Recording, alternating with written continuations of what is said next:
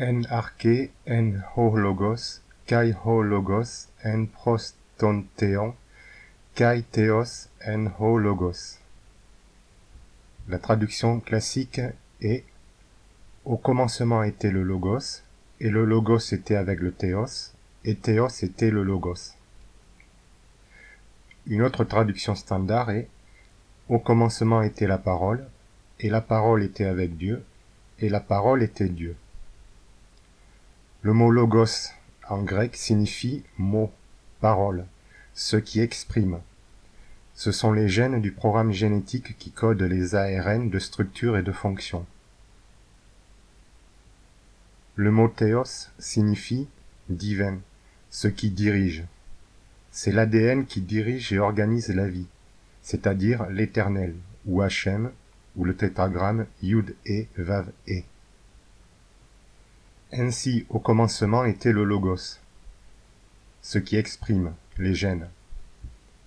Suite à la fusion des gamètes, nous obtenons une cellule, une première unité de conscience. Tout commence de là pour un être humain. Et le logos était avec le théos. Les gènes sont dans l'ADN. Ou encore, l'ADN contient les gènes. C'est ce qui dirige la cellule. Et le théos était le logos. Il était au commencement avec le théos. Avant la fusion des gamètes, il y avait de l'ADN. L'ADN devient de l'ADN. Toute chose a été faite par lui, car les gènes contenus dans l'ADN sont transcrits en ARN qui permettent de fabriquer les protéines. Et les protéines servent à fabriquer tout l'intérieur de la cellule, les membranes cellulaires, tous les organites qui transitent dans le sang et dans le corps. Rien n'existe sans le théos. Rien n'existe sans l'ADN. Et rien de ce qui a été fait n'a été fait sans lui, puisque les protéines fabriquent les cellules. En lui était Zoé. Le mot grec Zoé signifie vie, âme animée, ce qui bouge. Ce sont les ARN. Et la Zoé était cela, fos des humains. Fos signifie lumière, conscience, esprit, ce qui regarde et contemple. C'est la pensée. En Genèse 1.3, ou Bereshit 1.3, il est écrit « Dieu dit que la lumière soit, et la lumière fut ». Une traduction littérale mot à mot est la suivante. Il aura dit Elohim, il apparaîtra une lumière, il aura apparu une lumière. En effet, le verset commence par le mot Vayomer, du verbe Omer, parler, dire, avec un Vav et un Yud devant la racine verbale. Le Vav sert à changer le temps. Ça change un futur en passé et un passé en futur. Le Yud indique un futur. Donc Yomer veut dire il dira. Et si on rajoute un Vav devant pour changer le temps, c'est-à-dire qu'on transforme le futur en passé. C'est donc un futur antérieur. Donc, en français, Vayomer veut dire il aura dit. Il aura dit, Elohim, Dieu, il apparaîtra une lumière. Et de même, nous avons le mot Vayei, qui est un futur antérieur également. Donc, par conséquent, il aura apparu une lumière. Le mot lumière, or, veut dire feu, éclat, nuée, pluie, puisque la lumière est composée de grains de photons. Souvent, quand on parle de divinité, occidentale ou orientale ou tribale, on parle de quelque chose qui est imaginaire et qui n'a aucune réalité, lorsque ce n'est pas un leurre ou une diversion. Le mot Dieu provient de Deus, lui-même issu de la racine indo-européenne Deivos, signifiant lumière du ciel. et de dei, dont le sens est luire ou briller, comme une aura de lumière. Ce mot fut inventé par des administrateurs grecs et romains pour définir le Créateur en tant qu'être suprême, et désigne par conséquence Zeus, et donc Théos, fils de Chronos, qui est le temps de la vie. Les religions païennes et polythéistes étaient source de trop de problèmes, d'illusions, de conflits et de guerres, et donc de désordre. Alors il a été créé ce concept religieux dans le but de réduire les querelles et les inconnus, les dieux, à un seul et unique principe, le Dieu. Mais une erreur fut installée dès l'origine. D'une part avec le maintien de la personnification mathématique ramenée à l'unité de ce qui est créateur, et d'autre part avec la confusion entre la cause, l'effet et la délégation, parce que les premiers versets de la Torah ne furent pas compris. En effet, la lumière n'est pas une cause, c'est l'effet inhérent à l'expression de la cause première. C'est l'expression protéique de la parole des messagers provenant de la volonté déterministe manifestée par les gènes. Il y a dans la Septante une confusion entre Elohim et Yud et Vav et, qui sont traduits de manière souvent disparate, aléatoire et sans cohérence par Théos, ou Seigneur, puis Dieu et éternel. C'est presque comme confondre un microprocesseur d'avec une mémoire et le logiciel. Le théos de Jean est en réalité Yud et Vav et, Hachem, l'éternel, c'est-à-dire le code logiciel. Les évangiles parlent rarement d'Elohim, le processeur. Le Père fait en réalité référence au scribe Moshe, ou Moïse, qui a transmis la doctrine d'Abraham. La connaissance religieuse s'acquiert en 3 grandes étapes, quelles que soient les coutumes, les cultures et les rites ou les vocabulaires. La croyance, inculquée aux enfants, la foi, développée chez les étudiants, et le savoir, acquis par la maturation des sacrements de l'instruction ou initiation. Jésus représente le retour à l'âme perdue après l'enfance à cause de la puberté. Il est l'archétype de celui qui fait teshuva, grâce à l'éveil à la conscience de la conscience mise en lumière par l'onction qui est le Christ dévoilant le pouvoir du bien et du mal, devenant alors lui-même Christ par duplication des qualités de l'huile. Jésus, en grec Jesus, provient de l'hébreu Yeshua, contraction du nom Yehoshua. En Devarim 34.9, il est écrit « Josué, fils de Nun, était rempli de l'esprit de sagesse car Moïse avait posé ses mains sur lui. Les enfants d'Israël lui obéirent et se conformèrent aux ordres que l'Éternel avait donnés à Moïse. » Une traduction littérale, mot à mot, est la suivante. Lorsque Yehoshua, fils de Nun, celui qui engendre, a accompli l'esprit de l'enseignement qu'a instauré Moshe, avec fragments de lui selon lui, ils auront entendu près de lui, les enfants d'Israël, ils auront travaillé selon ce qu'il a ordonné Hachem à Moshe. En Yehoshua 1.1, il est écrit « Après la mort de Moshe, serviteur de Hachem, Hachem dit à Josué, fils de Nun, serviteur de Moïse. » Littéralement, « Il existera après moi, il aura cessé d'exister Moshe, il a servi Hachem, il aura parlé Hachem à Yehoshua, fils de Nun, il a été au service de Moshe pour la parole. » Le livre de Josué, qui fait suite à la Torah, n'est autre que celui de Moshe ayant accompli la Kabbalah de Pessah et qui est devenu le plus grand des prophètes, le premier Jesus, selon Devarim 34.10.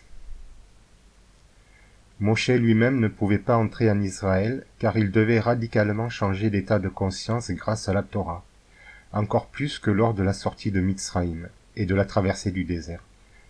Comme la place de Moshe est dans le désert où se révèle la doctrine, alors il doit transmuer pour entrer en Israël, sa destination. tel qu'il est écrit en Matthieu 1 et 2, le Jésus est un héritier de David, héritier d'Abraham. Le mot grec Jésus, Jesus, signifie sauvé par le Yah de Hachem. Le mot Yah, formé des lettres Yud et est le feu par friction ou la Kundalini, qui est le potentiel vecteur du champ électromagnétique vertébral qui s'exerce entre le sacrum et la base du crâne lorsque l'influx nerveux circule majoritairement non pas de la tête vers le bas, mais du bassin vers le haut, ce qui a pour effet de décharger le cerveau de son contrôle sur le corps et de connecter les organes au centre de commande. D'où la sensation de plénitude, d'unité, de liberté fusionnelle et de connexion divine. C'est un effet de l'énergie du Yud mise en mouvement par le rythme du souffle, par la respiration Shah. Ce n'est pas une cause liée au sentiment indéfinissable de joie, de félicité, de béatitude, de quiétude. On retrouve cette racine notamment dans l'expression « Alléluia ». Alléluia signifie « rendez louange à Yah », célébrez Yah, grâce à Yah. Ce mot est formé des lettres E, Lamed, Lamed, Vav, Yud, E. La racine E, Lamed, Lamed signifie briller, luire. Ainsi, Alléluia signifie briller lorsque Yah. En Matthieu 17.1 à 3, il est écrit « Jésus fut transfiguré devant eux. Son visage resplendit comme le soleil, et ses vêtements devinrent blancs comme la lumière. » En Luc 9.29, il est écrit « Pendant qu'il priait, l'aspect de son visage changea, et son vêtement devint d'une éclatante blancheur. » Le corps humain est parcouru et est entouré par un champ électromagnétique qui est le résultat d'une arithmétique vectorielle et combinatoire de tous les micro- et macro-sous-champs générés par les diverses structures atomiques, moléculaires, tissulaires, organiques et neuronales du corps humain et de ses symbiotes. Plusieurs nerfs peuvent être la source d'une seule ligne de champ et un nerf peut générer plusieurs lignes de champ. Il en est de même pour les cellules, les tissus et les organes. Les champs interagissent entre eux, se poussent et s'attirent, se croisent et se mélangent, s'additionnent, se soustrayent, se multiplient, se divisent, se combinent et se dissocient. Les lignes de champ résultent de l'arithmétique symbiotique de ces aimants biologiques dont l'état change avec le temps et avec les changements d'état. Les nadis sont le produit ou émanation interférente rétroactive de la biomécanique électromagnétique du corps humain, principalement nerveuse. Le cerveau est la zone où on mesure la plus forte intensité et la plus grande variabilité relativement à l'intensité du champ. La sourate numéro 2, au verset 22, mentionne « Allah qui fait pour vous ce qui tourne », c'est-à-dire les vortex des plexus nerveux parfois nommés système des chakras.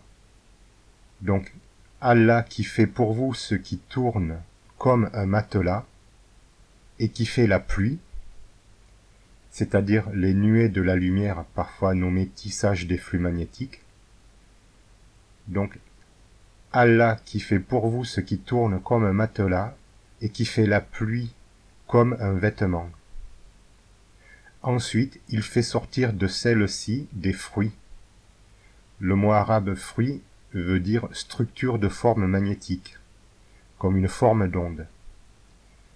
Donc, ensuite, il fait sortir de celle-ci, de la pluie, il fait sortir des fruits comme nourriture pour vous. Aussi, ne créez pas envers Allah des discordances, alors que vous savez. Au verset 23, il est écrit « Et si vous êtes dans le doute, dans la confusion, au sujet de ce que nous avons révélé à notre serviteur, alors produisez un chapitre ressemblant à celui-ci, que vous direz être vos témoins de l'obéissance à Allah si vous êtes sincères. »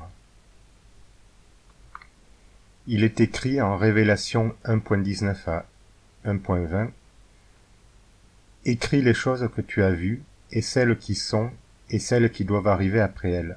Le mystère des 7 étoiles que tu as vues dans ma main droite, et des 7 chandeliers d'or. Les 7 étoiles sont les anges des 7 églises, et les 7 chandeliers sont les 7 églises. Le mot église, du grec ecclésia, signifie assemblée, ou rassemblement, et provient du verbe appeler, ou commander.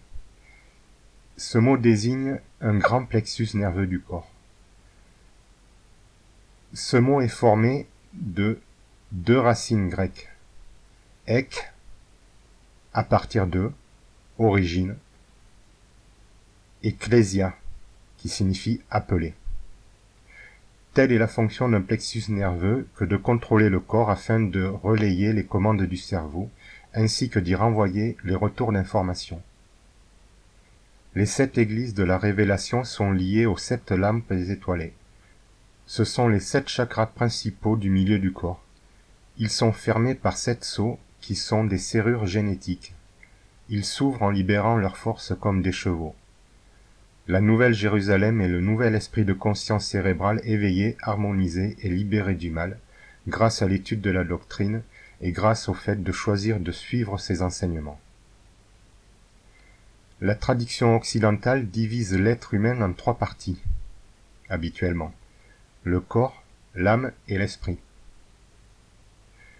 La tradition orientale le divise également en 3 parties: Brahma, Vishnu et Shiva.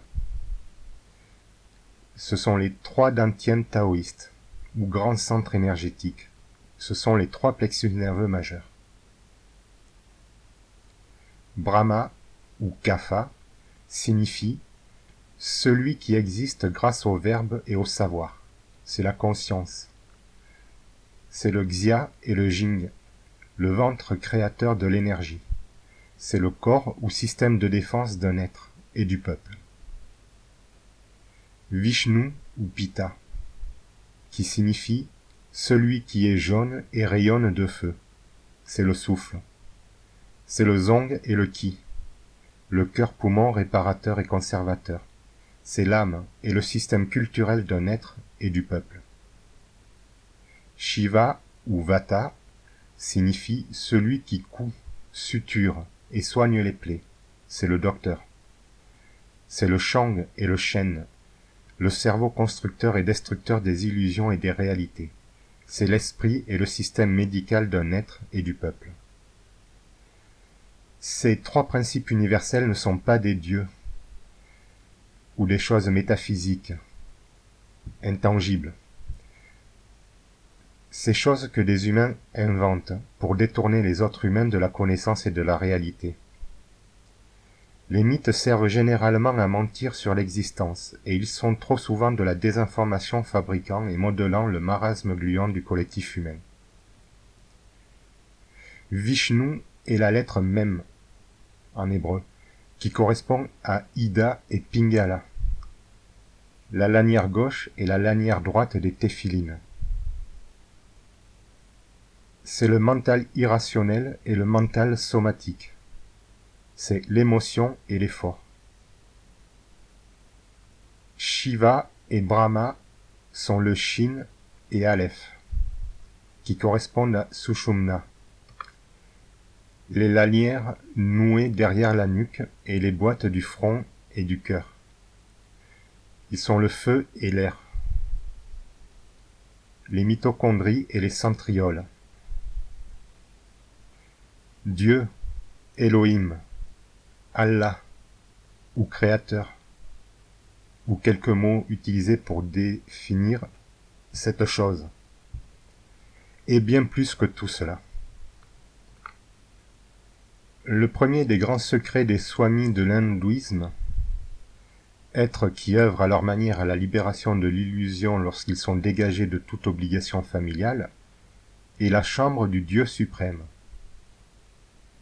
C'est une pièce dont le voile est découvert lors de la cérémonie du renoncement aux fruits des intentions et des actions, devenue modération sur le chemin de la vie, qui n'est plus soumise à l'imagination, car celle-ci est maîtrisée sans hostilité et sans malveillance envers quelque créature que ce soit. Cette pièce est vide. En Matthieu 1 et 2, il est écrit, littéralement mot à mot depuis le grec, « Il est désormais né Yehoshua, grâce à la maison rédemptrice de Yehuda, grâce au jour mémorable. Il est le nouveau prêtre. Voilà. Des mages du Levant sont arrivés à Jérusalem. Ils constatèrent arriver là, il est né le nouveau prêtre produit par les Juifs. Nous avons observé la loi pour que lui-même la diffuse, grâce à la clarification, et nous sommes venus pour cela. »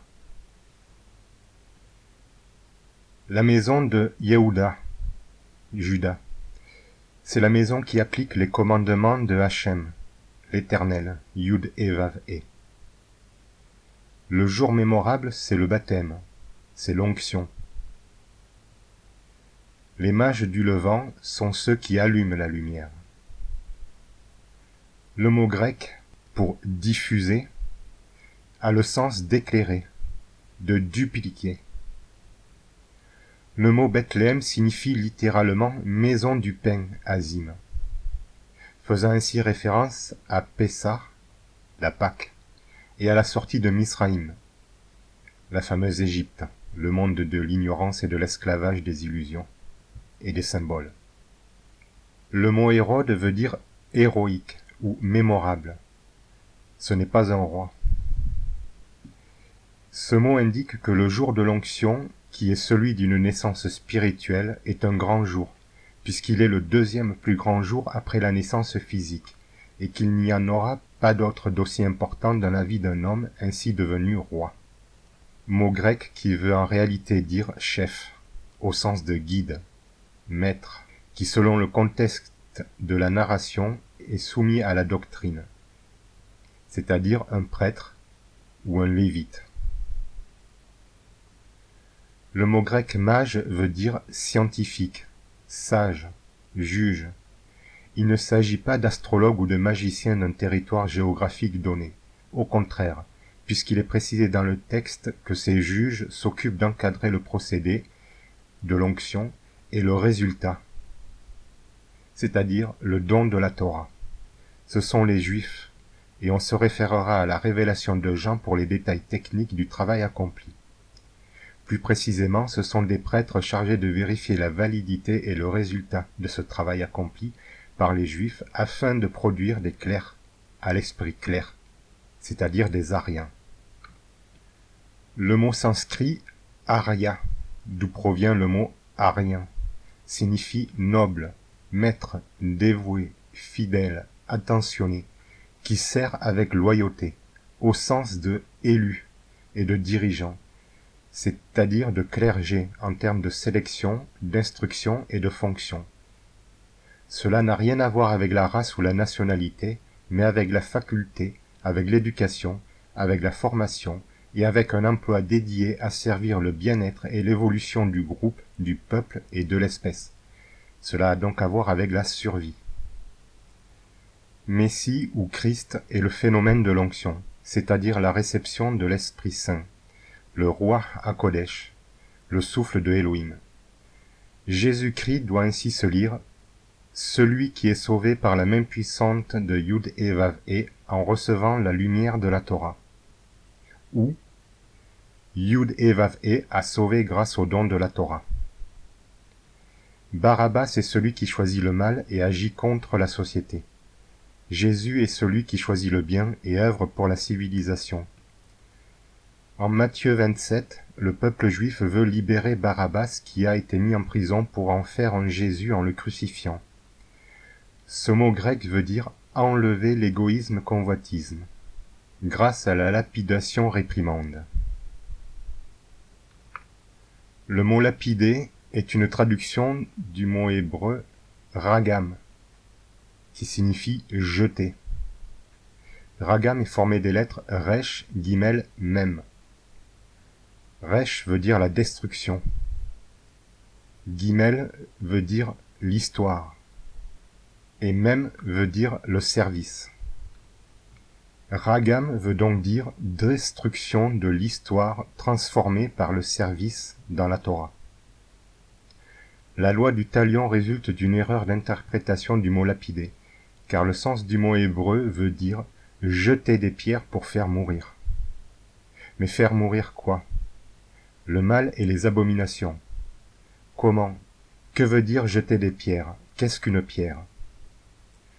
Cela veut dire utiliser des pierres, des briques, des pièces qui s'emboîtent. Jeter des pierres, c'est assembler et publier des œuvres, ou plus généralement, c'est communiquer. Non pour la gloire des créatures, de l'argent, du pouvoir, de la haine et de la souffrance, mais pour la gloire du Créateur, de l'amour, de l'aide et de la compassion. Le but de la lapidation spirituelle, c'est restaurer et réformer le mental défectueux qui est la source des actes défaillants.